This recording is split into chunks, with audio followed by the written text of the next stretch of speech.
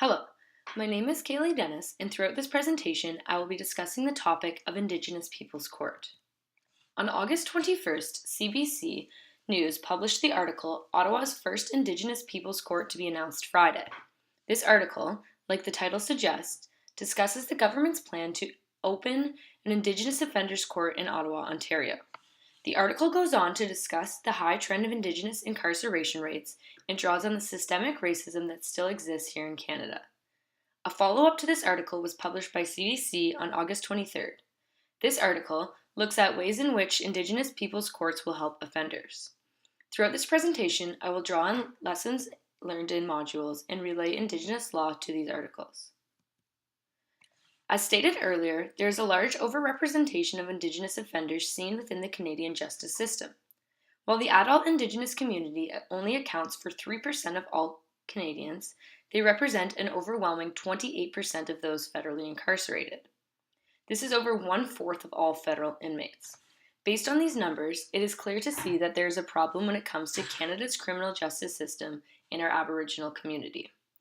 It is the government's hopes that courts like the ones planned to open in Ottawa will help to address this problem, and in turn, we will see a dramatic decrease in Indigenous offenders. Indigenous court can also be referred to as Gladue Court. In 1995, Jamie Tanis Gladue, a 19-year-old Cree woman, was charged with second-degree murder after stabbing and eventually killing her common-law husband. Gladue at the time was intoxicated and had accused her husband of infidelity. After agreeing to a plea of manslaughter, the case went on to be a landmark Supreme Court of Canada decision. In short, the Gladue case led to the establishment of Gladue reports and the idea of restorative justice. The Supreme Court of Canada made it clear that lived experiences of Indigenous offenders are to be considered in sentencing. The Gladue reports and the idea of restorative justice stems from the historical treatment of Indigenous peoples. When European settlers first arrived to Canada, the relationship they established with Indigenous peoples was one of contact and cooperation. Over time, however, European colonial powers began to see themselves as superiors and began to impose their values onto the Indigenous people. Over the 19th century, policies were put in place which encouraged both displacement and assimilation of these people. The implementation and mandatory attendance of residential schools has had one of the most profound negative implications on traditional Indigenous culture and the people within it. When looking at crime and sentencing, this unfavorable treatment of the Indigenous community needs to be taken into account. It is assimilation policies that have caused some Indigenous people to grow up in broken homes, to be victims of abuse, to grow up in poverty, and to, in a sense, lose their sense of belonging and identity. All these factors are strong contributors to crime and therefore need to be represented and dealt with properly within our justice system. Canada is a country which has many legal traditions. Along with recognizing Quebec and the impact of the French, Indigenous legal traditions also need to be taken into account. With that being said, the current justice system we see resembles much of British law and organizes around common law traditions.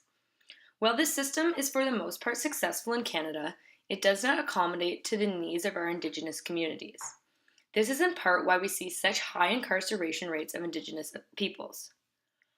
Indigenous law, broadly defined, is an umbrella term for a variety of different legal traditions.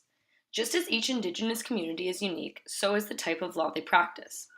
The article presented by CBC suggests that with the implementation of Indigenous peoples' courts, these sources of traditional Indigenous law can be drawn upon to assist with the justice process.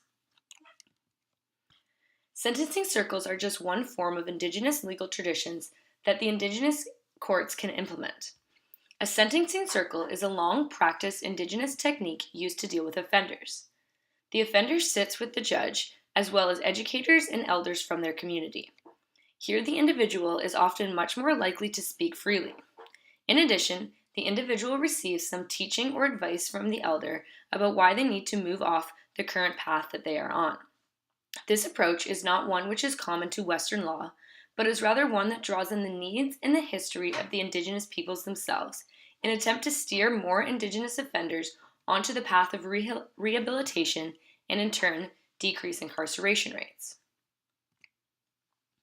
Indigenous peoples' courts can also be analyzed from a legal perspective. As we have learned throughout Module 3, recognition of Aboriginal self-government is critical to mending the relationship between Indigenous communities and the rest of Canada. By implementing more of these Gladue courts, we as a country are in a way returning a small bit of sovereignty and identity to the Indigenous communities. We are allowing them to use practices and traditions to deal with conflict, rather than forcing a system upon them that is foreign and often intimidating. While Canada has made great strides to legally recognize the inherent rights of Indigenous people, a gap still exists. With the implementation of Indigenous courts, we could see this gap close just a little bit more. By incorporating Indigenous legal traditions into these specialized court systems, we may see a more fair approach to justice and, in return, a chance to decrease the incarceration rates of Indigenous offenders. While the idea of Indigenous peoples' courts is not directly involved with land or land claim matters, the importance of land is still a relevant factor.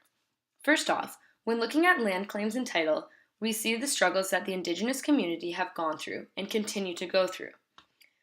Their very own lands, the lands they have had since before the European settlers arrived, do not truly belong to them, but rather to the Crown, and they often have to fight for land claim matters. Their rights and ownership are limited, and often processes regarding these matters are lengthy and cumbersome. This just goes to show how matters of the past have and continue to have a profound negative effect on the Indigenous peoples of Canada. It is matters such as these that should be considered when sentencing an Indigenous offender. In addition, when looking at land, we see that often Indigenous communities are victims to poor living conditions. They face both physical and social barriers. Often these can have profound negative effects on an individual and can lead them to make decisions that they might typically not make. Current conditions in some Indigenous communities are comparable to third world countries, and an individual is subject to poor education, poor health, and low income. All these factors may lead an individual into breaking the law in order to help themselves or their family survive.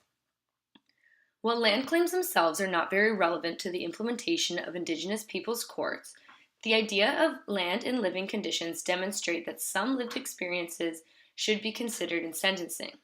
Like the article suggests, a lot of time acts or elements of criminality are symptoms of some underlying gap in healing or inability to connect with one's cultures and values. And with the implementation of these courts, we can try to address these issues better.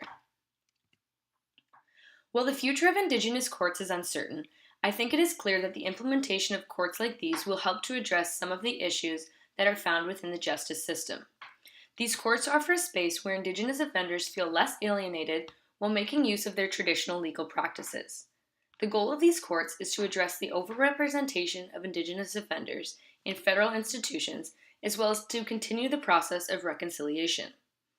Courts such as the one opening in Ottawa have previously popped up in Toronto, Thunder Bay, and Brantford. However, it is still a fairly new concept.